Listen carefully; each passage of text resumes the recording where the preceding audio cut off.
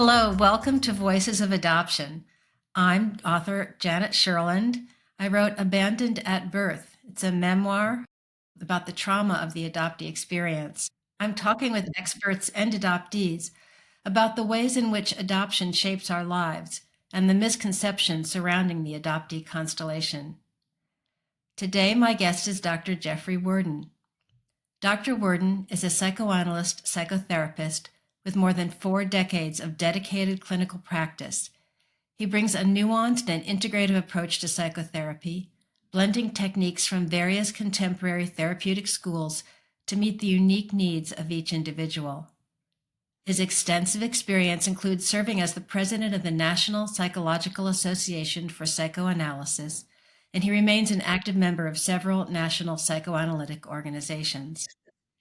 Dr. Worden's practice is characterized by his deep understanding of the diverse challenges people face in modern life.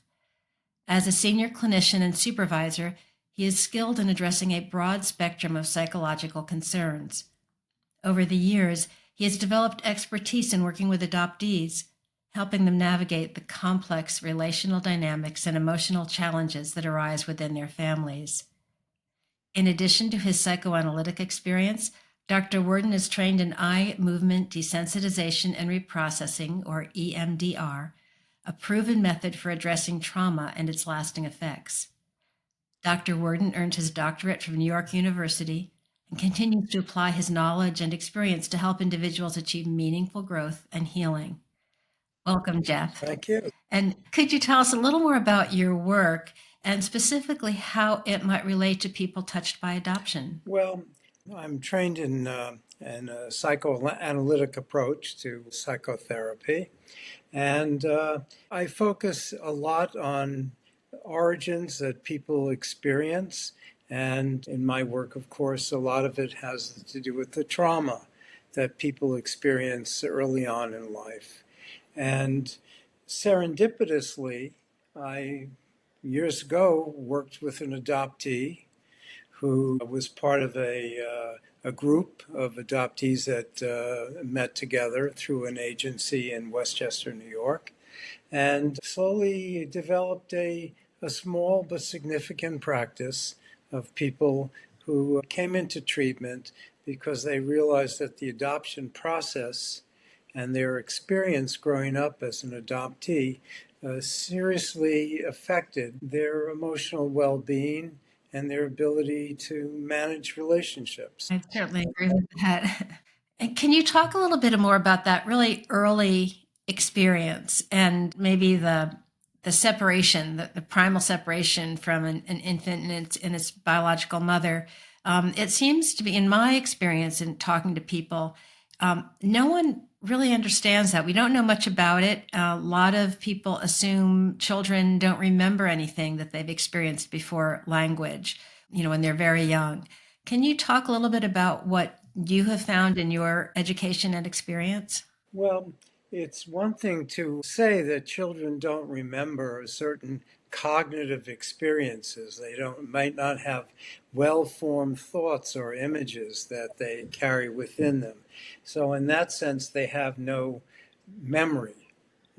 On the other hand, when a child comes into formation both within the mother's body and after the birth experience, the early parental relationship is experienced on a very body level, if you would.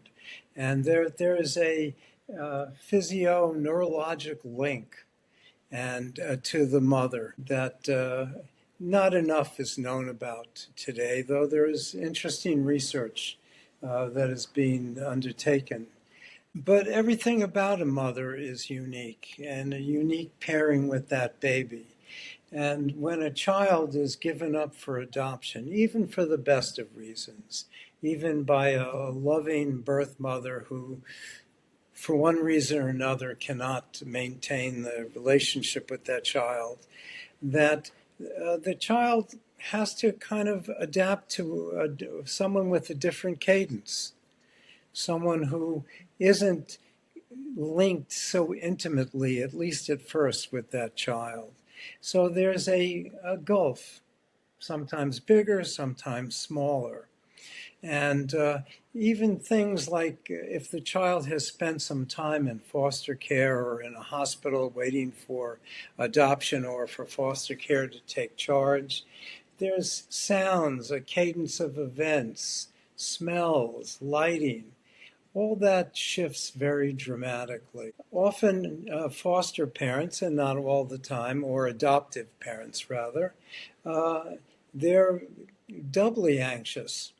They've had no time to prepare. They've been in a state of longing for a child, perhaps, but they haven't had a pregnancy. They haven't had that time to prepare and also to feel the child. And I include fathers in as well as mothers in terms of their relationship with the mother, even the touching of the pregnant body, the listening to the heartbeat. So these parents, they have to go from 0 to 70 miles an hour in like a minute. And even with the best of intentions, it's a big task. Yeah, I think we've heard in our culture a lot about the wants and needs of adoptive parents, the longing for a child, and I think we can all understand that. And I think we also can all understand the desire to love and take care of a child. I think if most of us were handed a stranger's baby right now, we'd take it and take care of it and love it. And what we haven't talked about it is what you addressed a little earlier is, but what is the experience of the child themselves? They're not blank slates and they're not numb to everything that's going on around them. And in utero, we've heard our mother's voices. We're drinking her fluids. We're attached to her. We are one with her. As you'd say, her cadence, smells that we're familiar with. And when we're separated from that at birth and then handed to strangers whose voices are different, whose smells are different, whose hormonal chemical makeup is different, I believe that is experienced and felt as trauma. It's different. It's like if I asked you tonight to go live with strangers, just pointed to a random house and said, I'm going to take you over there tonight and drop you off. They're really nice. They're going to take great care of you. But you're going to sort of bristle and go, but I won't, but that's going to feel strange. And you have language with which, and, adult understanding with which to process that. So I think one of the things that I've needed to say a lot in talking about adoption to people is how visceral it is, how chemical it is, how both visceral and chemical the sense of loss and abandonment is, and belonging are. And I think most people are very surprised by that. Yes, because they feel that the child will just absorb the care and nurturance that it receives from the adopted family and that all is good. And, Yeah. fortunately for many adoptees, it's good enough. But there's a kind of a little gulf, a little gap that may be very small or may be larger for a particular child. An adoptive mother may not be able to match a child's rhythms, and the child feels disrupted, that there's a quality of disruption, a lack of ongoingness between the mother and the father. I don't want to leave them out, but primarily we'll be talking about mothers. But there's a differentiation of body rhythms and signals that a child that stays with a birth mother often doesn't experience to the same degree. And that leads at times, if other factors in the family are not good, leads to a real undermining of the core foundational experience of the child as it grows up. There's a term that I learned in the past couple of years called genealogical bewilderment. And I thought it was wonderful when I first read it because it really tries to address the feeling of adoptees that, being raised without the mirroring, without any knowledge of those who came before you, without any connection to history or heritage, and how important, we acknowledge that it's important for children to be mirrored by their parents and their relatives. And when you're adopted, you don't have any of that, and you're sort of trying to form yourself without any boundaries or perspective on how you were formed and where you came from. Yes. One person I worked with said it felt like I'm constantly floating and that there's no Yeah, boundaries to my river because there is yeah, no before and after with that particular family. There's no generational ties to, there's no looking at a picture of a grandfather who came, from Italy or some other, or out west somewhere, and to know, well, I look yeah, like grandpa, grandma, so and so. None of that right, exists. And it can be very quiet or it can be very loud, depending on other factors. But I think yeah, adoptees always feel that there's just a slight separation between them, and it could be a profound separation, but that there's always a slight separation between them and the rest of their family, uh, especially if one or two of their siblings are children of birth for that family. And then they feel yeah. maybe what I've heard expressed several times is they feel less than. And Yeah, yeah. I think that would be a very difficult mhm. situation. Yeah. I I think that there's a great sense of feeling otherness. And I also always want to say that two things can be true at once. That you can have a perfectly fine, loving adoption and have been traumatized by being adopted.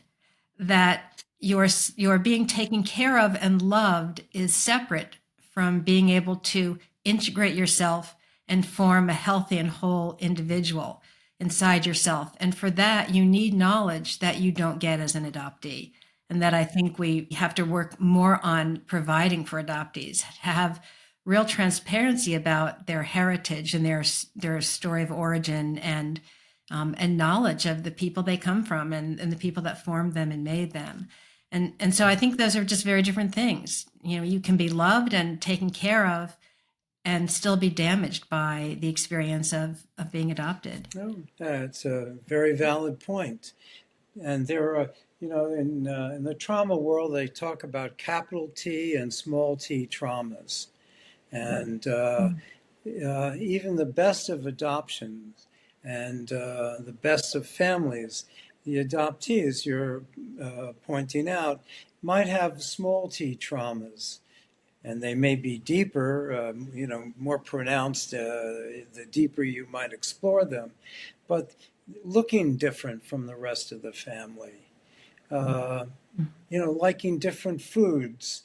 It sounds silly, but when you put them all together and they develop into a pattern, um, the experience of being different and other is traumatic in a family, no matter how caring the parents are. And often adoptees develop a sense of just not belonging no matter, and they Yeah, blame themselves, especially if the parents and their siblings, if there are any, are loving people. It's more of an internal process that colors their view. yeah. It's interesting that sometimes when the better the circumstances, the harder it is to understand it, unless it's openly talked about.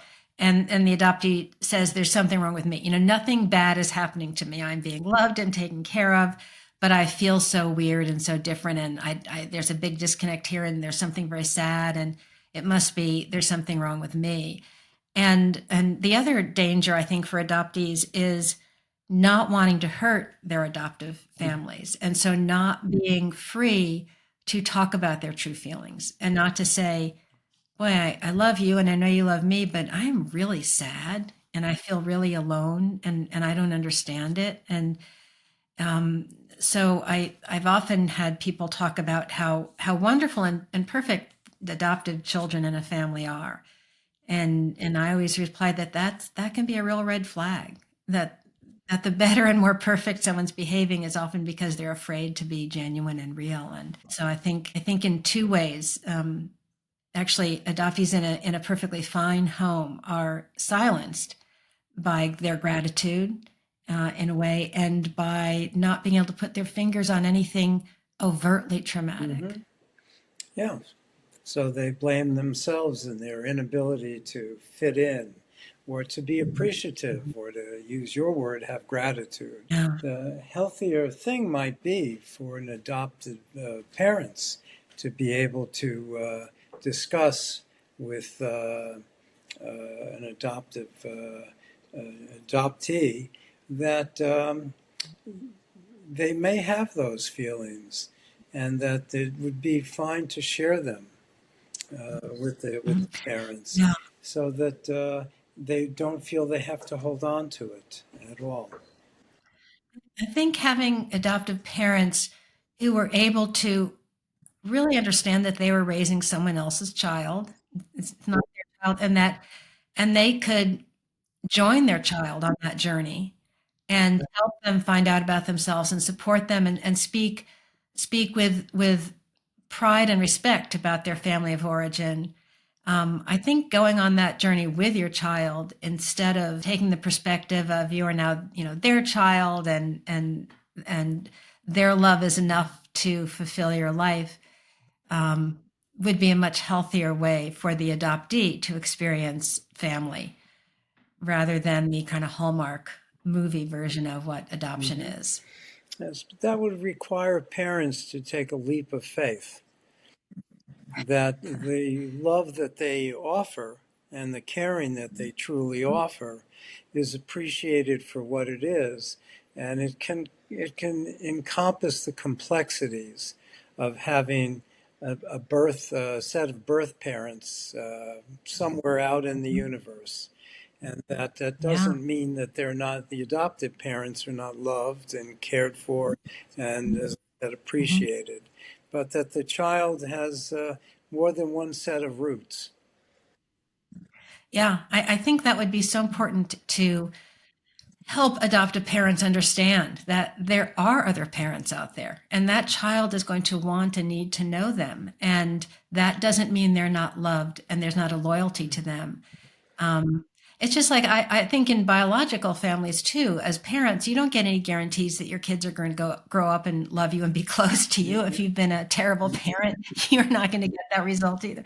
But I think, again, there's a lot of education that needs to go on, not only to adoptive parents, but I think in our society, about what it means to parent and what it means to parent someone else's child, what adoption truly is, so that we can better serve adoptees, and now children who are formed with the donor conceived individuals, or as people are talking about issues of reproductive rights. There are a lot of ways these issues of identity and belonging and wholeness that we're seeing come about from adoption are applying to issues we're beginning to face or facing now. Mm-hmm. I think it would be very helpful to have more understanding of all these issues. Oh, absolutely. Is adoption viewed as trauma in the professional field and in I psychoanalysis? think it's understood that there are traumatic issues that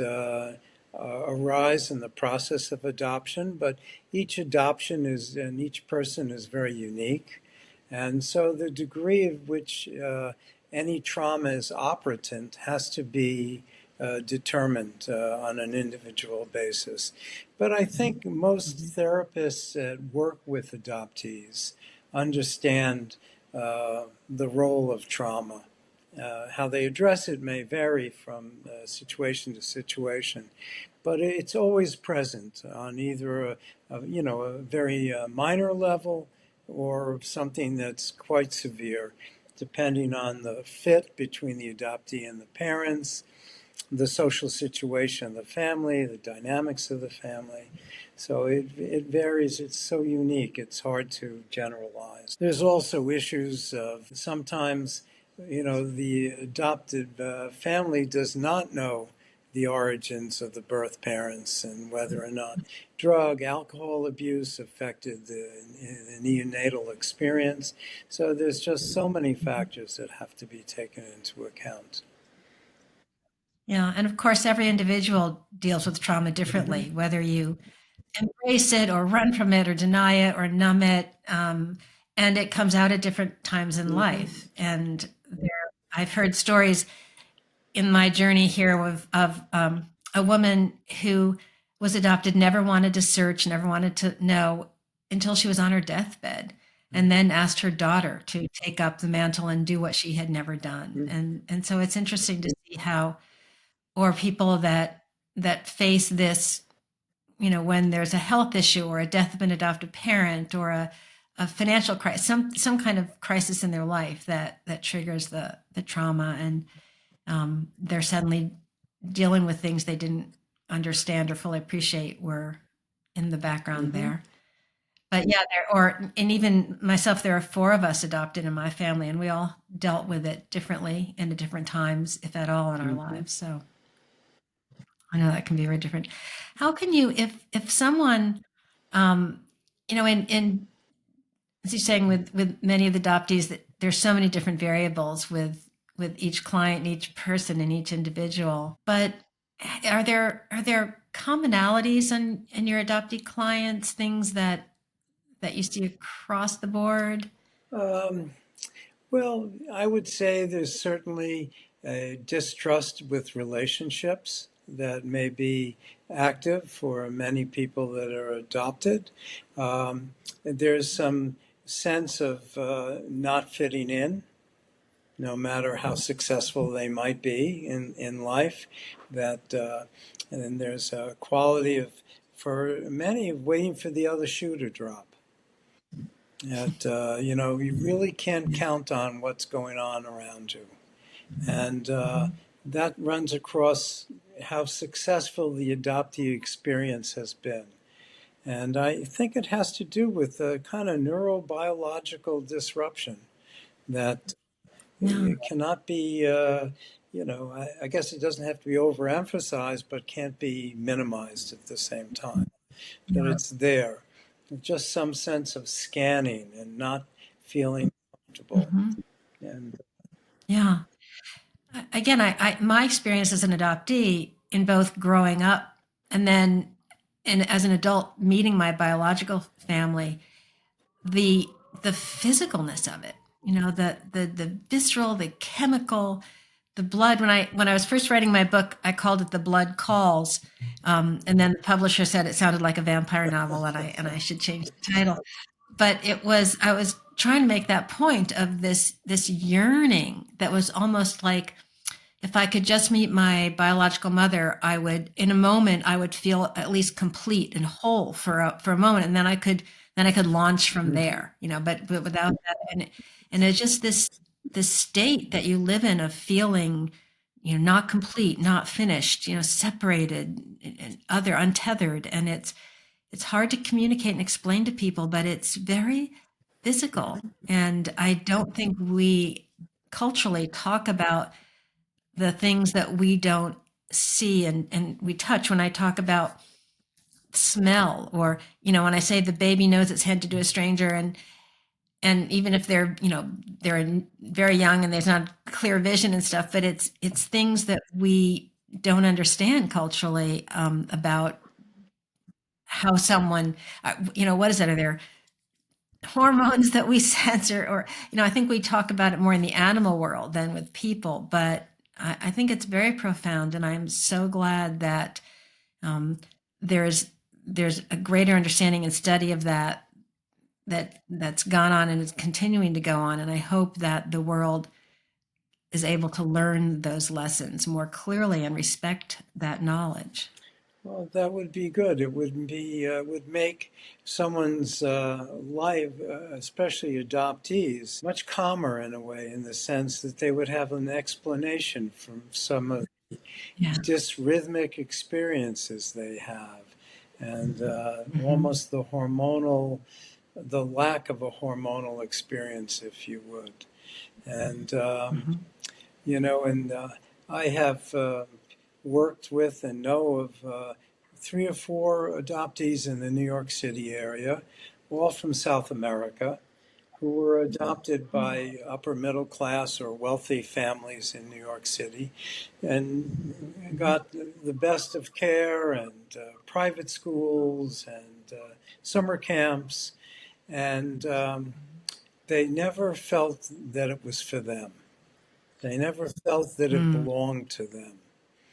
You know, they Mm. certainly enjoyed the fruits of it, but it never Mhm. kind of gelled with who they felt they were because they looked different from the rest of the family. They often were shorter Yes. than the other kids in their schools, and they Mhm. and this is on the most basic physiological level, that just their appearance and just how they felt themselves in the world. They never could quite integrate that they were, quote, children of privilege because they felt Mhm. so different. And it was on a very unspoken level. I think, when we talk about adoption, we give a lot of weight to a family that has a good roof over the head and means to support children and perhaps two parents, and we tend to give a lot less weight to keeping a child within the kinship, the biological family, for like example, kinship adoption.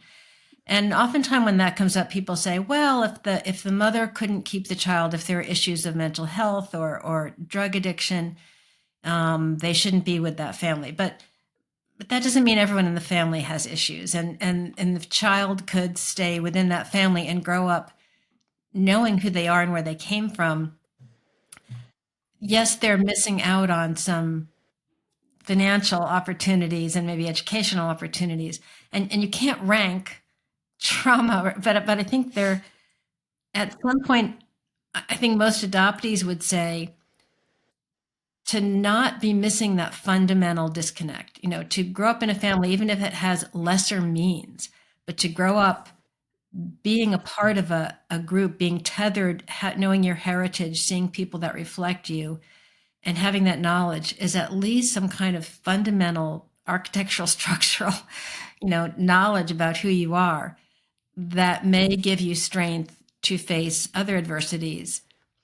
And also in a biological family, when you're born into a biological family, you're not guaranteed there won't be drug addiction or trauma or behavioral issues in that family, but it's expected that you'll, learn to cope and learn to manage. And yet adoptees always seem to be infantilized as if, oh, you can't have a family with any issues. We're taking you away from all that and giving you to a better family, quote unquote. But I really think there's something, as you were talking about the young people you're referring to, the just that fundamental sense of not belonging. And I often wonder what kind of strength what kind of foundational strength belonging gives to someone, even if they grow up and don't love that family and feel, want to reject their family of origin. Maybe they say, oh, I don't, I heard that a lot growing up. Oh, I don't look like my parents, or I don't share the same interests with my parents. But they looked like someone in the family. But even if you step away from the family, there was a strength, there was a platform from which to step away from. And when you're adopted, you don't even have that core, that fundamental tether. And I think we don't recognize and respect that. I don't think you can say that's less important than receiving a fancy education or having a nicer home. And so I certainly argue a lot for always opting for a kinship adoption, regardless of the socioeconomic means of the family of origin, as long as it's a safe, obviously a safe environment. You make a very powerful point there. And to feel like you're with your cousins and that you're part of the same family and you have the same aunts, uncles, maybe from a different angle, or grandparents. It's certainly a much safer place to be if the family has the economics and the and is a functioning enough family to absorb the adoptee and not be Right, resentful right. of Yeah. the burden they present. And Mhm. it's often would be ideal for kids to stay with an aunt and uncle and grandparents and to be raised in the same community that they theoretically were born into. So, Yeah. and that again, it's an individual situation. And I think all Yeah. too often the idea is, well, let's get this child. There's a wonderful family in Chicago, that wants to adopt a child, and how well off she's going to be, and or he's going to be, and they Right. don't think about that. What it's like to Yeah. go through life seeing people that look like you. Yeah. Mhm. Yeah. And we do have to remember that adoption's an industry, It a is. multi-billion dollar a year industry, and that babies are commodities in that industry, and they're very desirable, and people pay for them. So it's, there's low supply, high demand. But again, we are culturally thinking of making families for those who can't have their own, but we are not thinking of the experience of the child, the adoptee, and what they're being asked to give up when they have no right. So they don't have any say in this. No one's asked them if they want to be adopted out. So it's certainly been part of my mission after writing this book to really try and raise awareness of this, and to say let's talk about what we're doing to the individuals that we're trading between the biological and adoptive family, and what they need in order to grow up healthier and happier. There's such a high suicide rate among adoptees, and issues in mental health and penal institutions. So what do we need to change, and how to do things better to give them the support in if they need to be in that situation. And it really helps, I think, all of us when professionals like yourself and with the experience of working with people can talk to us about what you've seen, what you've learned, how human beings develop. And so when someone comes to you as a young adult, or I don't know if you deal with children or an adult, and they have suffered trauma as an adoptee, and what can they expect? How does therapy help? What would you help them work through or address? Well, again, it's a very individual issue, but at the core of most adoptees, at least the ones that I have seen, is the feeling of not belonging, the sense of anger at being taken away from what they should have experienced. And even while they may understand it wouldn't have been a great situation, but there's a hole inside. It's Yeah. and the part of the therapy is to help these individuals fill in the hole to the extent that they're able to and also not to find something deficient in themselves, that often adoptees feel responsible, that there's something wrong with them, that's why they were given up, or why I was snatched away, given up and snatched away. And Mhm. to not blame themselves, but to be able to come to understand the pain that both the birth parent might have been experiencing, uh, Mhm. or or not, as the situation in your excellently written book. A mother who really did not feel much, and that's another Mhm. story. But Mhm. to help them uh, come to a place of acceptance that it's not their fault, and that they have worth and value, even if they were, quote, rejected. Uh, and again, the rejection could have been for the best of reasons, the most loving of reasons. Not all birth parents are bad. They, Right. they, Right. they may Yeah, not most are they not. may not have been in a Yeah. position to care or love this child for Mhm. whatever reason. But the adoptees often feel it's their fault. There's something basically wrong with them. And a lot of the treatment is about that. And at times, if the trauma is intense, That's EMDR. I've used it a couple of times. It's a slight off-brand use of it, but the trauma of being given up Mhm. and the trauma of feeling that they don't truly fit in or truly belong, and at a bad moment can extend to feeling not wanted. And I think one, I think it's so important. Um, it's hard to go there. You know, mhm, I think as an adoptee and face all these issues and identify them and feel them and sort of work through them. But I've always said, get help.